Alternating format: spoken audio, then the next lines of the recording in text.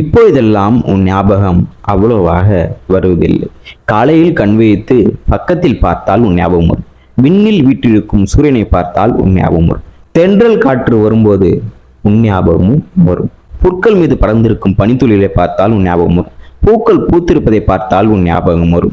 குயில்களின் கூவல் சத்தம் கேட்டால், கோழியின் கொக்கரிக்கும் சத்தம் கேட்டால், சேவலின் கூவல் சத்தம் கேட்டால், ஆந்தையின் அலறும் சத்தம் கேட்டால், மயிலின் அகவும் சத்தம் கேட்டால், தீக்குச்சியின் உரசல் சத்தம் கேட்டால், பாத்திரங்களின் இரைச்சல் சத்தம் கேட்டால் உன் ஞாபகம் வரும்.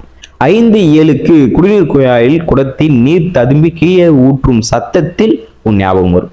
வீதியில் விளையாடி கொண்டிருக்கும் குழந்தைகளின் பொன் சிரிப்பை பார்த்தால் உன் ஞாபகம் வரும். உணவு உண்ணும் போது உன் ஞாபகம் வரும். கலைச்சொற்களுக்கு அர்த்தம் புரியாவிட்டால் உன் ஞாபகம் வரும். கவிதை படிக்கையில் உன் ஞாபகம் வரும்.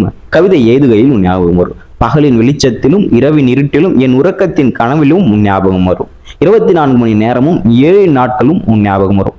மற்றபடி இப்போதெல்லாம் உன் ஞாபகம் அவ்வளவாக வருவதில்லை. மகிழ்ச்சி. விக்னேஷ்.